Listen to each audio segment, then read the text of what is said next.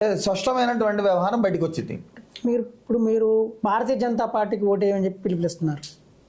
విజయవాడ పశ్చిమ నియోజకవర్గం సంబంధించి బీజేపీ అభ్యర్థి బరిలో ఉన్నారు. అయితే ఆ పార్టీకి సంబంధించిన ముస్లిం మైనార్టీ నేతలు కొందరు బయటకు వచ్చి మీడియా ముందుకు వచ్చి అణచివేతకు గురవుతున్నాము, మేమందరం మా మీద వ్యతిరేకత వివక్ష చూపిస్తున్నారంటూ వారందరూ కూడా మీడియా ముందుకు వచ్చి ఆందోళన వ్యక్తం చేసిన పరిస్థితి ఉంది. ఇప్పుడు మీరు ఇలాంటి వ్యాఖ్యలు చేయడం వల్ల ఎలాంటి సంకేతాలు ఇస్తారు? విజయవాడ నగరంలో అయితే పూర్తిగా ఒక భిన్నమైనటువంటి వ్యవహారం కనబడుతుంది. ఏ విజయవాడ పశ్చిమ నియోజకవర్గంలో మందిరాలు కూల్చారని చెప్పి ఆ రోజు సంఘ్ పరివార్ కానివ్వండి, ఆర్ఎస్ఎస్ కానివ్వండి, విశ్వ హిందూ పరిషత్ వాళ్ళు కానివ్వండి, ఎంతోమంది పీఠాధిపతులు ర్యాలీలు ధర్నాలు చేసి నిరసన దీక్షలు చేయడం జరిగింది. అప్పుడు నేను కూడా వాళ్ళకి సంఘీభావంగా ఆనాడు గాంధీ నగర్లో చేసినప్పుడు నేను కూడా వెళ్ళాను. ఏ పశ్చిమ నియోజకవర్గంలో దేవాలయాలు కూల్చారో ఆ దేవాలయాలు కూల్చినటువంటి పార్టీలో ఉన్న వ్యక్తి ఇవాళ భారతీయ జనతా పార్టీలో వచ్చి ఆ భారతీయ జనతా పార్టీ టికెట్ అదే పశ్చిమ నియోజకవర్గంలో తీసుకోవడం అనేది, ఇక అలాంటి దేవాలయాలు కూల్చినటువంటి, మసీదులు కూల్చినటువంటి, దర్గాలు కూల్చినటువంటి ఆ పార్టీలకు, ఆ పార్టీకి అనుసంధానంగా ఉన్న అసలు భారతీయ జనతా పార్టీ ఆ పార్టీతో ఎలా కలిసిందో అదే ఒక ఆశ్చర్యమైనటువంటి వ్యవహారం, హాస్యాస్పదం.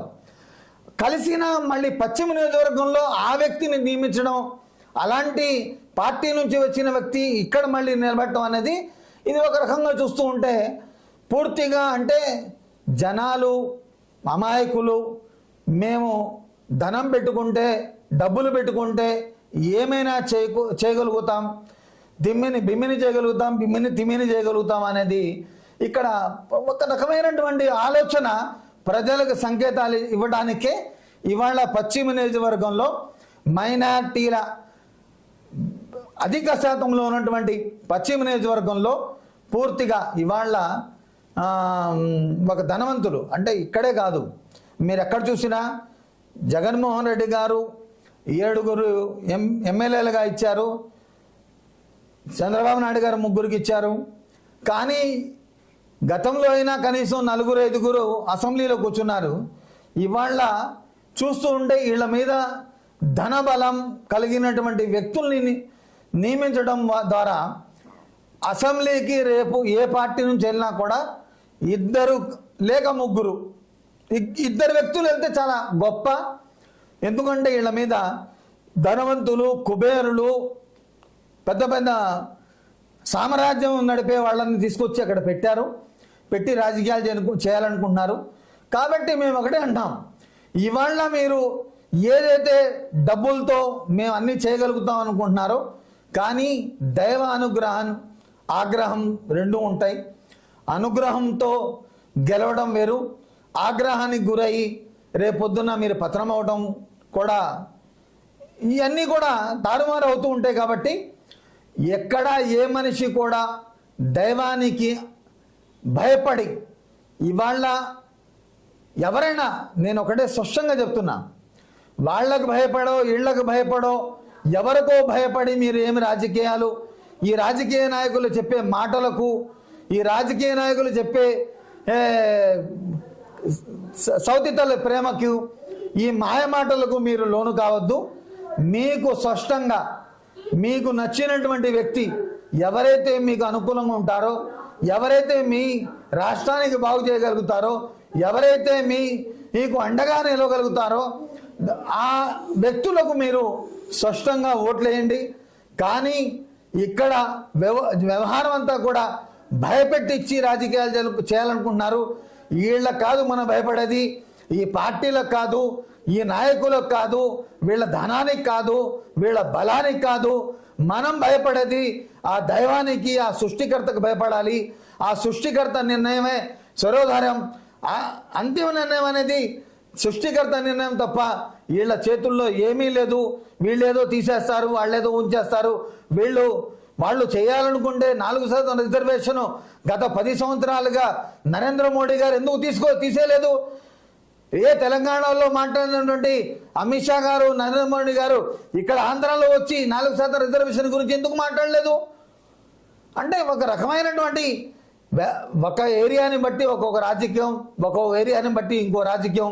అదే రాజస్థాన్లో వెళ్ళినప్పుడు ఏమన్నారు, అక్కడ ఎక్కువ శాతం పిల్లలు మైనార్టీలకు ఉన్నారు కాబట్టి వాళ్ళకి పిల్లలకు ఎక్కువ శాతం ఉన్నారు కాబట్టి వాళ్ళు ఈ సంపద అంతా కూడా, దేశ సంపద అంతా కూడా ఎక్కువ శాతం వాళ్లే తీసుకుంటున్నారని చెప్పి అక్కడ కూడా వ్యాఖ్యానం చేశారు.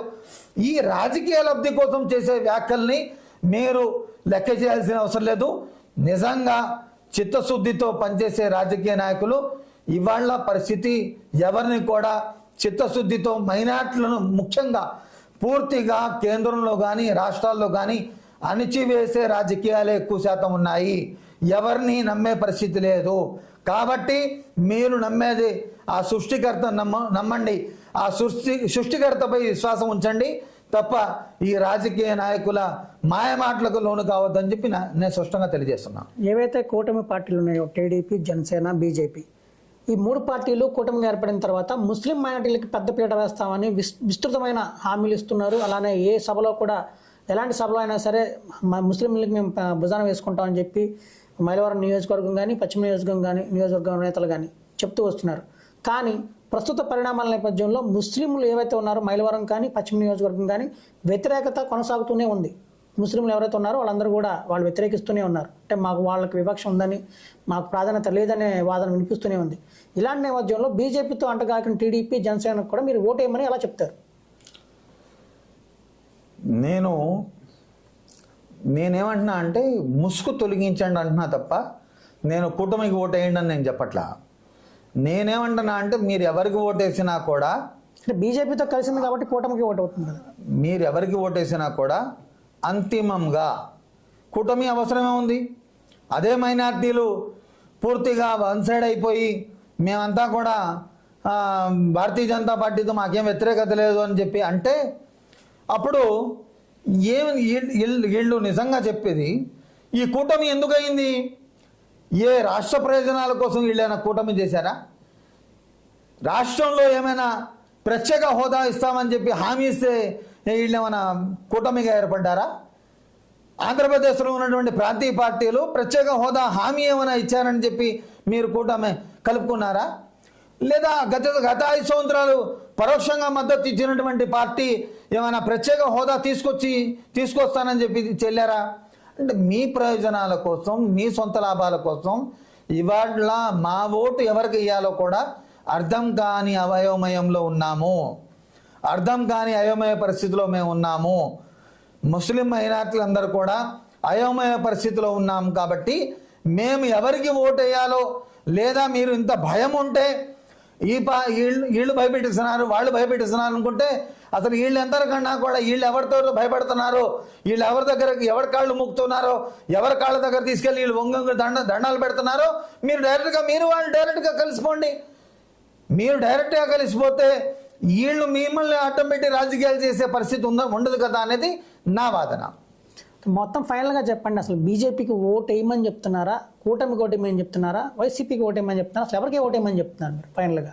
నేను ఎక్కువ శాతం చైతన్యం రావాలి. ఇవాళ రామతత్వం వర్ధిల్లాలన్నా, యేసుతత్వం, ఇస్లాం తత్వం ఇవన్నీ కలిసి మానవత్వంతో కలిగినటువంటి రాజకీయాలు ఈ దేశానికి చాలా అవసరం.